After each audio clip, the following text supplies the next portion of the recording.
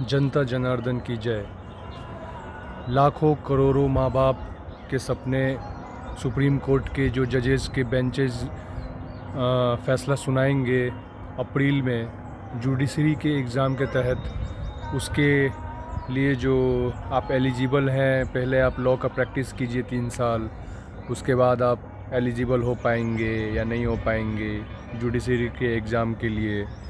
इस वजह से जजेस के बेंचेस के फैसले के कारण लाखों करोड़ों माँ बाप का सपना टूटने वाला है। क्यों टूटने वाला है? क्योंकि जज का जो बेंच है और इतने पढ़े लिखे लोग ये फैसला सुनाने जा रहे हैं कि पहले आप 3 साल का लॉ ग्रेजुएट कीजिए, उसके बाद आप 3 साल का प्रैक्टिस कीजिए, उसके बाद आप एलिजिबल होइएगा। तब तक तो एज ही नहीं बचेगा ना।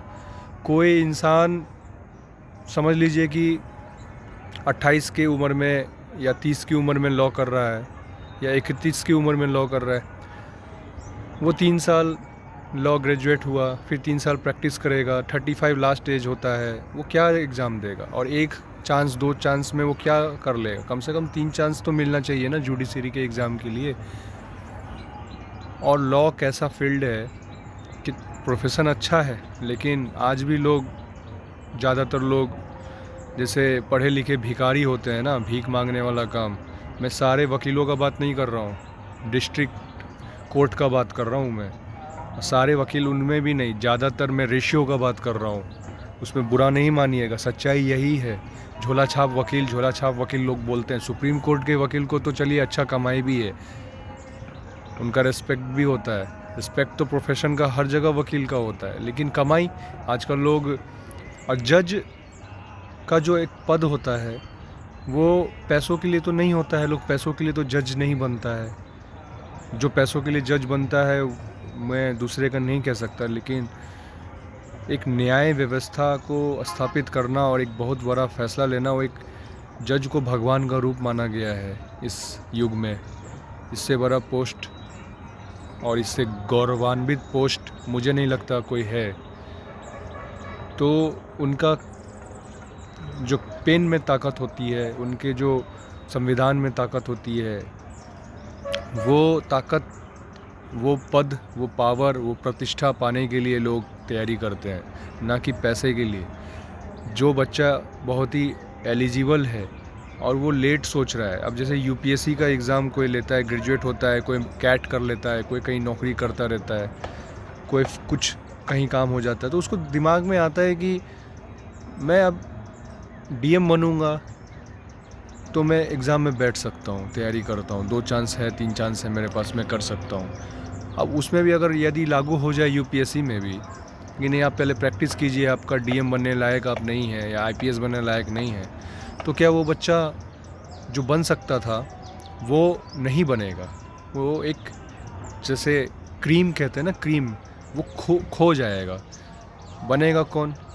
आने वाले जनरेशन को आप लोग बनाना चाहते हैं। मुझे समझ में ये नहीं आता है कि आप लोग एज से देख रहे हैं या बाय बर्थ से देख रहे हैं जो आप मुझे एक बात बताइए, सारे मैं जजेस से पूछना चाहता हूँ कि आज तक जो जज बने हुए हैं, जो लॉ का एग्ज़ाम पास करके ग्रेजुएट हुए हैं और वो जज बन गए हैं, वो क्या गलत फैसला सुनाते हैं क्या? उनको सही में जानकारी नहीं है क्या? सब ऐसे ही है क्या? तो कैसे ये दुनिया चल रहा था इतना दिन से? और अब जो आप सेलेक्ट कीजिएगा वो बहुत क्रीम होगा। ये क्रीम नहीं होगा, आप बहुत लोगों के भविष्य के साथ खेलिएगा। मैं तो इतना ही बोलता हूँ, आप बहुत लोगों, और ये पाप लगेगा। भगवान को ऐसा नहीं करना चाहिए, ये पाप लगेगा। किसी का सपना होता है, बहुत लोग, ज़रूरी तो नहीं है कि लोग बचपन से ही सपना देखता है। सपना फलाना आदमी ये बन गया, चिलाना आदमी ये बन गया, देखा देखी तो हर कोई बन नहीं सकता। कभी कभी सपना बाद में भी समझ में आता है, थोड़े लेट उम्र में भी समझ में आता है। और जब उसके पीछे लोग उस तरह से पढ़ाई करता है तो फैसला सुनाया जाने के वक्त में सुनाया जाता है कि नहीं नहीं, अब तो इसको प्रैक्टिस करना पड़ेगा लॉ का। डिस्ट्रिक्ट कोर्ट में जाता हूँ मैं खुद का केस को लेके, बहुत वकीलों को देखता हूँ मैं, कहाँ इतना पैसा कमाई हो पा रहा है, नहीं हो पा रहा है इतना पैसा। एक सरकारी नौकर को जो 10th पास है 10th के लेवल पे जो सिपाही लोग होता है ना, मैं मुंह पे बोल रहा हूँ, जो 10th लेवल पे जो सिपाही होते हैं या कोई भी क्लर्क होता है या 12th लेवल पे, उसको सैलरी मिलता है अच्छा खासा 36,000, 36,000, 40,000, 40 फिक्स्ड सैलरी, मतलब कहने का महीने का फिक्स्ड सैलरी मिलता है। और ये तो क्लाइंट के ऊपर डिपेंड करता है। हाँ, सुप्रीम कोर्ट में है, फिर ये मैं सारे लॉयर्स एडवोकेट्स को नहीं कह रहा हूँ, सुप्रीम कोर्ट में है, लेकिन सब लोग सुप्रीम कोर्ट को जा भी नहीं सकता, बन भी नहीं सकता, इंग्लिश आना चाहिए। ऐसे विद्यार्थियों को क्या होगा जिनके पास पैसा नहीं है, जिनका परिवार का कंडीशन अच्छा नहीं है, वो कुछ बनना चाहते हैं और ऊपर से जनरल कैटेगरी में है। आप लोग गरीबी देख रहे हैं, बेरोज़गारी देख रहे हैं, लाचारी देख रहे हैं, फिर ऐसा ये सब सिस्टम करने का क्या मतलब रह जाता है? अगर आपको एक जज को अच्छा ट्रेनिंग ही देना है, ये सोच के आप दे रहे हैं कि जज को लॉ का ज्ञान होना चाहिए, तो जब वो जज बन जाता है तब उसके जो 2 साल का 1 साल का ट्रेनिंग होता है उसमें उसको सिखाया जाए, जैसे यूपीएससी के एग्ज़ाम में सिखाया जाता है। ज़रूरी है क्या कि जज बनने से पहले आप 3 साल का पहले प्रैक्टिस कीजिए, या नहीं तो प्रैक्टिस ही कीजिए। तो जब लॉ का विद्यार्थी, लॉ स्टूडेंट जब कॉलेज में एडमिशन लेता है तो उसको 3rd ईयर में ये सब सिखाया जाए कि प्लिंट क्या होता है, वकालतनामा क्या होता है, कैसे फ़ाइल किया जाता है, प्लेंटिफ किसको बोलते हैं, ये सब सिखाया जाए, उसको वर्ड पावर सिखाया जाए, प्रैक्टिकल नॉलेज दिया जाए। उस वक्त भी तो बताया जा सकता है ना, उस वक्त क्यों नहीं सिखाया जा सकता? तो 1 साल वो सिखाया जाए।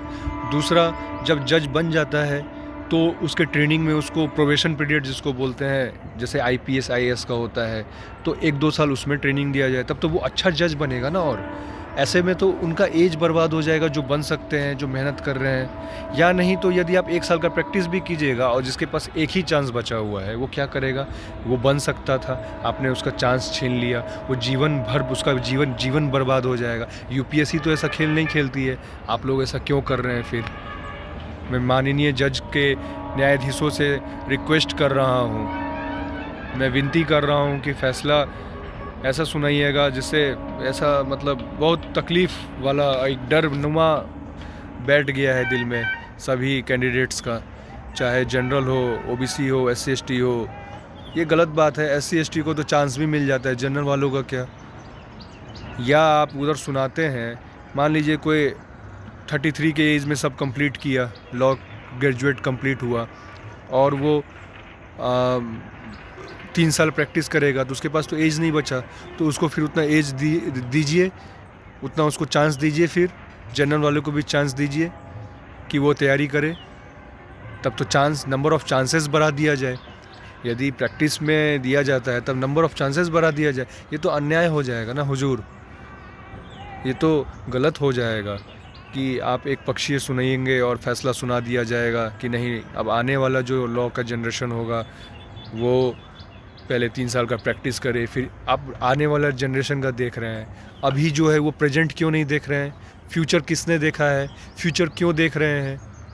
प्रेजेंट को अच्छा बनाइएगा तो फ्यूचर अपने आप अच्छा हो जाएगा। आप क्यों प्रेजेंट के अच्छे तारे सितारे को खो रहे हैं, जो बन सकता है, जो लायक है, जिनमें क्षमता है, जनरल कैटेगरी वाले हो या कोई भी हो, वो कर सकते हैं, बन सकते हैं, उनका चांस आप छीन रहे हैं ना। उनके पास लिमिटेड चांस रहता है, वो भी छीन रहे हैं। चांस बढ़ा दिया जाए, कुछ तो कीजिए महाराज। दूसरी बात ये रखना चाह रहा हूँ मैं कि किसी के ज़िंदगी के साथ नहीं खेलना चाहिए। अगर उनको लॉ का शिक्षा ही देना है तो लॉ का शिक्षा आप उनको कॉलेज के थ्रू दे सकते हैं।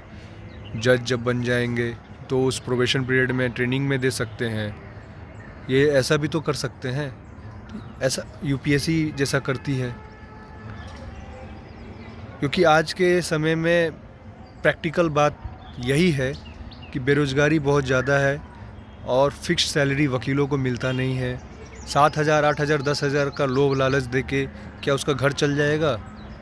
एक मिडिल क्लास फैमिली का घर चलाने के लिए 70-80 हज़ार रुपया चाहिए महीने का। आज के डेट में इतना महंगाई बढ़ गया है।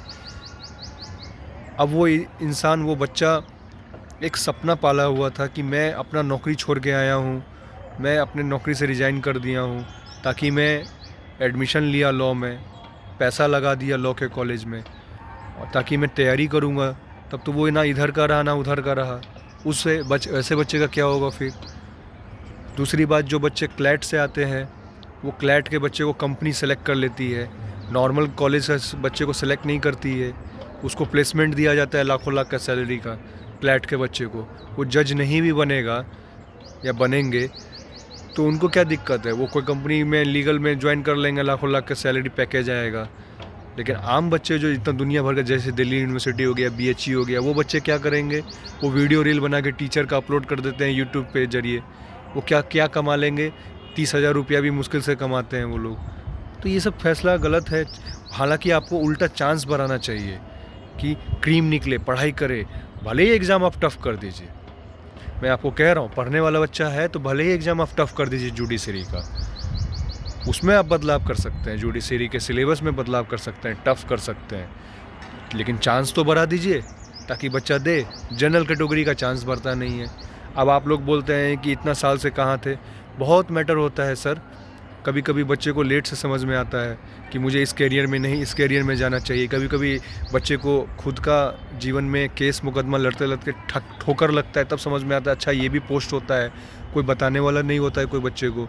तो उससे ये मौका मत छीनिए, मैं विनती कर रहा हूँ, उससे ये मौका सब मत छीनिए। तो आप लोग का जजेज हो, वकील साहब हो या जो भी हो, आप लोग समझदार हैं, तो अप्रैल में जो फैसला है, अब जैसे बहुत बच्चे कोचिंग में फ़ी दे दिए हैं, जो मैं जुडिशरी का तैयारी करूँगा, उनको वो पैसा बर्बाद, कॉलेज का पैसा बर्बाद, सब बर्बाद, सब सपना टूट गया, पढ़ाई में मन नहीं लगेगा। ये सब गलत बात, सब गलत बात। आप लोग जनरल वाले का ख्याल ही नहीं रखते हैं, नहीं रखते हैं। OBC ST वाले को तो चांस मिल जाता है, SC ST वाले को तो ज़्यादा चांस मिलता है। सही बात है, 6-7 चांस मिल जाता है उन लोग को, ऊपर से उन लोग का कट ऑफ कम रहता है। जनरल वाले को, EWS वाले को क्या चांस मिलता है, कितना चांस मिलता है? उस चांस में भी आप 3 साल लॉ का प्रैक्टिस कर देंगे, बचेगा क्या उसके पास? कुछ नहीं बचेगा। क्या सिखाना चाह रहे हैं? बहुत बहुत मतलब आपत्तिजनक बात है ये, और बहुत गलत एक मतलब विश्वास नहीं उठ, जुडिशरी से फिर विश्वास उठ जाएगा कि मैं बन सकता था जज, मेरे में काबिलियत था। आज भी लोग नहीं बनते हैं ना, तो लोग बोलते हैं अगर वो बन सकता था नहीं बना, मतलब दिल में रह जाता है यार, मैं जीवन बर्बाद कर दिया, नौकरी छोड़ दिया, ये कर दिया, वो कर दिया। गलत। एक तो इंसान बहुत बड़ा फैसला लेता है, उसके वजह से माँ बाप का सपना टूट जाता है, माँ बाप के आंखों में आंसू आ जाता है, ये हो क्या हो गया, बच्चे को एडमिशन करवाया, बच्चे को समझ में आया लेट से, बच्चा है, अब इस लाइन में उसको इतना चांस मिला है तो वो भी छीन लिया जाएगा, चांसेस छीन लिया जाएगा।